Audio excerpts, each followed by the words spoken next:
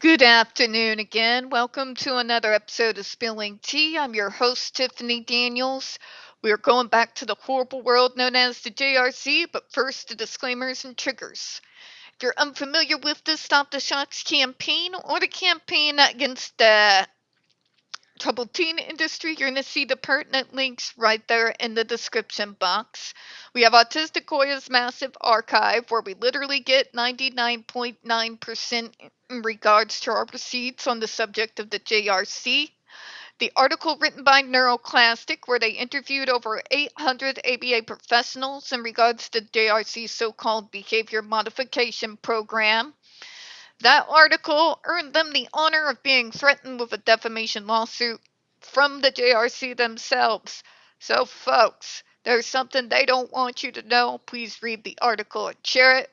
We got a link to their GoFundMe as well, because unlike the JRC, us poor advocates in whatever group we're in are by ourselves.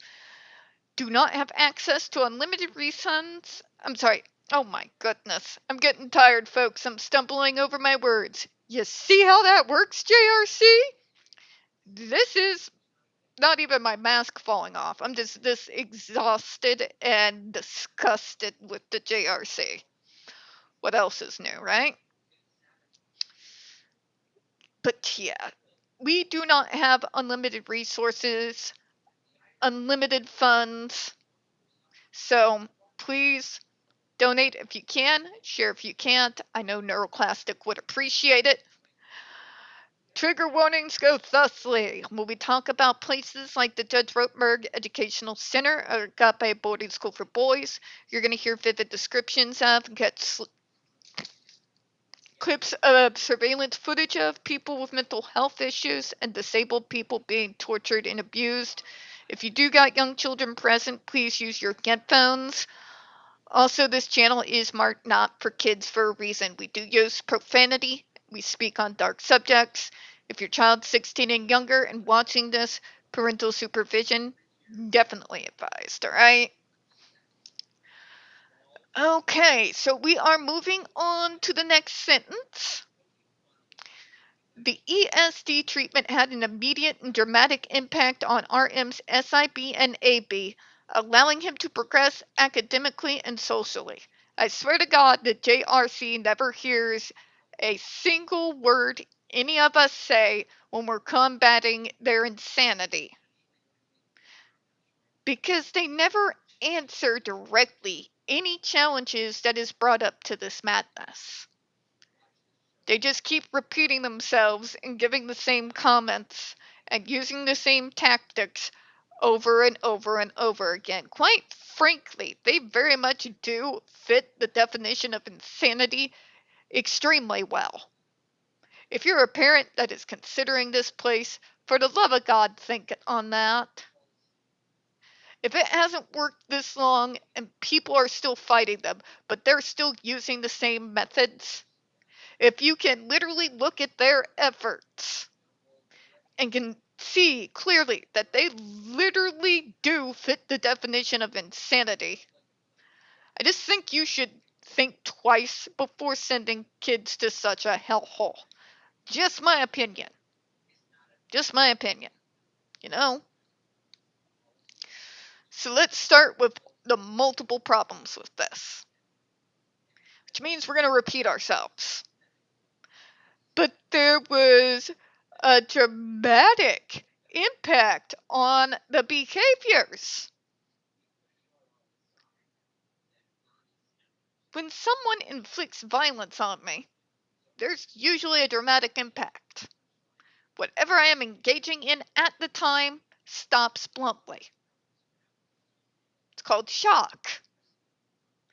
And it is a very human reaction when any violence, especially unanticipated violence, is visited upon anyone's person. Okay? That does not make it a good answer to stop self-injurious behavior or aggressive behavior. You're not really changing anything, are you? all you're really doing here is changing out who the abuser in this situation is. Let me clarify. If the person is having self-injurious behavior issues,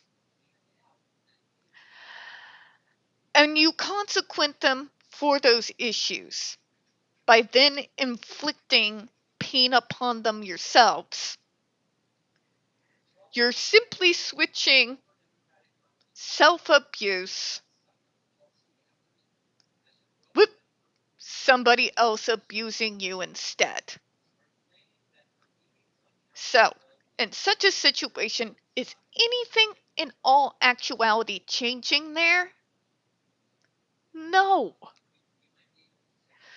But they stop! And somebody else is abusing them. Is that okay with you, parents? Is it okay with you that in order to stop your kid from abusing themselves, their direct care staff have free reign to abuse them instead? Use abuse to stop abuse? Does that literally make any sense to you? Because to me, and everybody else who's worked in this field, it sounds batshit insane. Okay? I'm going to stop abuse with abuse. This is the level of crazy we're actually talking about here. Forget the field. Forget the technical terms. Forget the interventions for a second. Bare basics. Bare basics. Many neurotypical teenagers, at some point, whatever the cause may be, may cause themselves self-abuse. Whether it's depression and they begin cutting, or whether it is partying and getting addicted to alcohol and drugs. Us neurodivergent folk do not hold a monopoly on self-injurious behavior. Now, say you've got a teenager and they start really harming themselves, again through drugs, through cutting, through depression. So you get your kid to a professional. If that professional told you that the answer would be to send that kid into a residential school program where they will use an electrical shock device that is designed to cause pain to them, to get them to stop hurting themselves. Neurotypical kid. Parents, are you going to sign off on that insanity? Would you? Would you? Would you say for the neurotypical kid who engages in some scary self-injurious behavior that it is okay that their treatment program, in order to deal with that behavior, that it's okay for them to shock them with electrical current just below the lethal limit multiple times a day in order to get that self-injurious behavior under control? You're goddamn right you wouldn't. This is the double standard. The neurotypical teenager who's having issues like that, they are sent to rehab. They are sent to therapy. They get mental health help that they desperately need. They get compassion.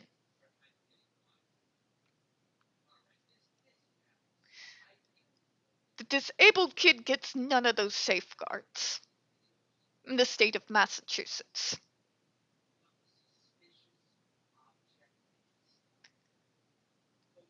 But Tiffany, the reasons for self-injurious behavior is different. Okay. So for some reason, it is more permissible if the self-injurious harm that one does to themselves is due to the fact that they happen to be born autistic. Something we sure as hell didn't choose. In that case, then it's okay to use violence deliberately causing us harm as a treatment for self-injurious behavior. And we're going to consider that that's okay in that scenario because we're autistic.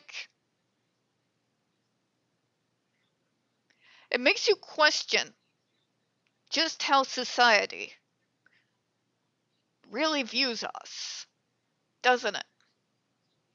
And to be honest, I don't put all the fault at society's door. How they view us, how they think of us, has been informed by the media, by Hollywood, by the movies, and for fuck's sake, Rain Man. Two-dimensional characters. We're not shown as full, well-rounded human beings. That's why when you've got two similar scenarios, where the only difference is if I'm neurotypical or neurodivergent, with the neurotypical, you are not going to allow them to be sent to a place like this, where willful harm is being inflicted on them to stop self-injurious behavior. But it's considered okay to do to someone like me.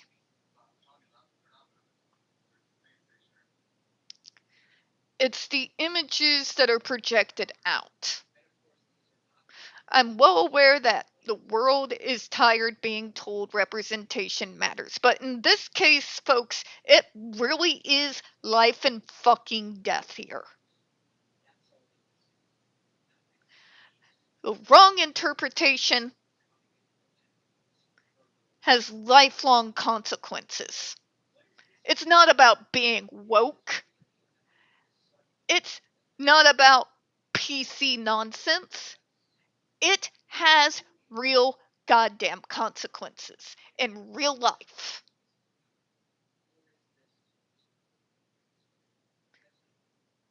Same situation. Only difference is the type of mind you were born with. One gets compassion and the mental health help they need. The other, it is deemed okay to send to a place like this in order to handle the very same type of behavior. If you can't see that, you're blind. That's why we say representation matters, because it impacts how society sees us.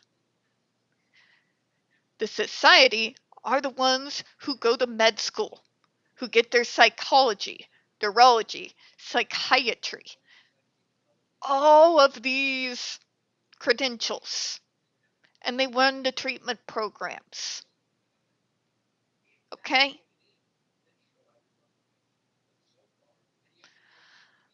All right.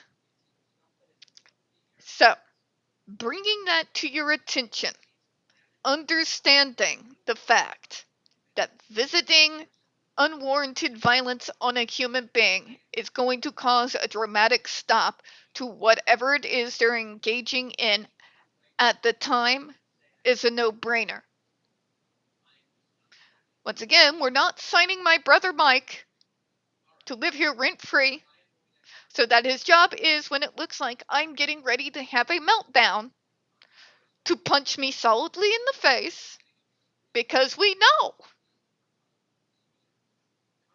that the shock would stop whatever I'm engaging in at that moment, right?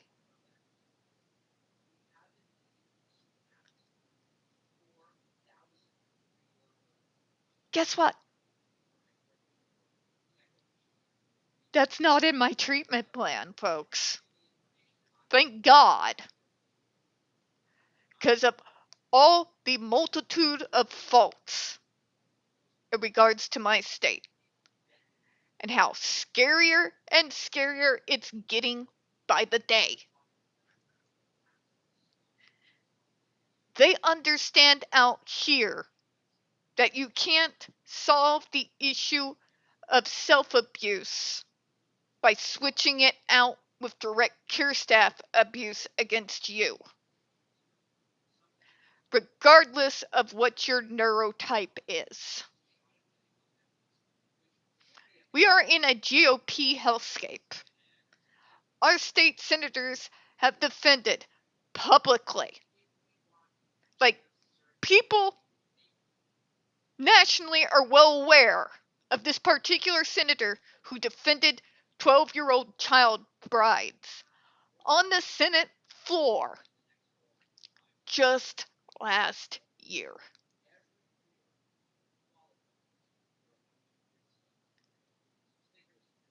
But I've never been put through anything like that, nor have any of the professionals I've ever been to.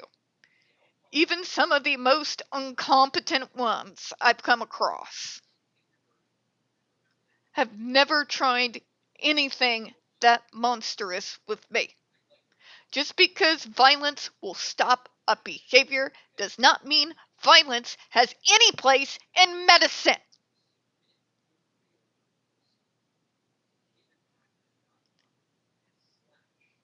I don't know what else to tell you all than that. All right, we're going to close out and then we'll get to the last sentence, folks. I'm sorry I was getting a little bit hostile there, but it does. Day to day, I'm pretty good. But when I go through stuff like that, it eats at me. There are moments where it's hard just not to shatter, because I can't comprehend the level of hatred or indifference that people like me endure every day.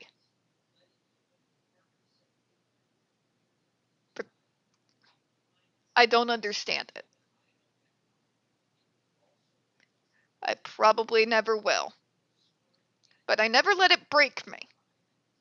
I'll get sad. Sometimes I'll cry, or depending on the mood, either punch the wall or the punching bag. I do try to get to the punching bag first. But then I rally. Because the only way to solve it is to fight it head on. I'm going to close on that, folks. We don't get very many views on this channel. The few we do get do tend to get removed from time to time, so please don't forget to hit the like button, hit subscribe. Please, folks, don't forget to hit the comments. I absolutely do appreciate your time. And as always, folks, we here at Spilling Tea absolutely do hope you have a good one. I'm going to take another little brief break. We'll go ahead and get the final video for today done. Bye-bye, everyone.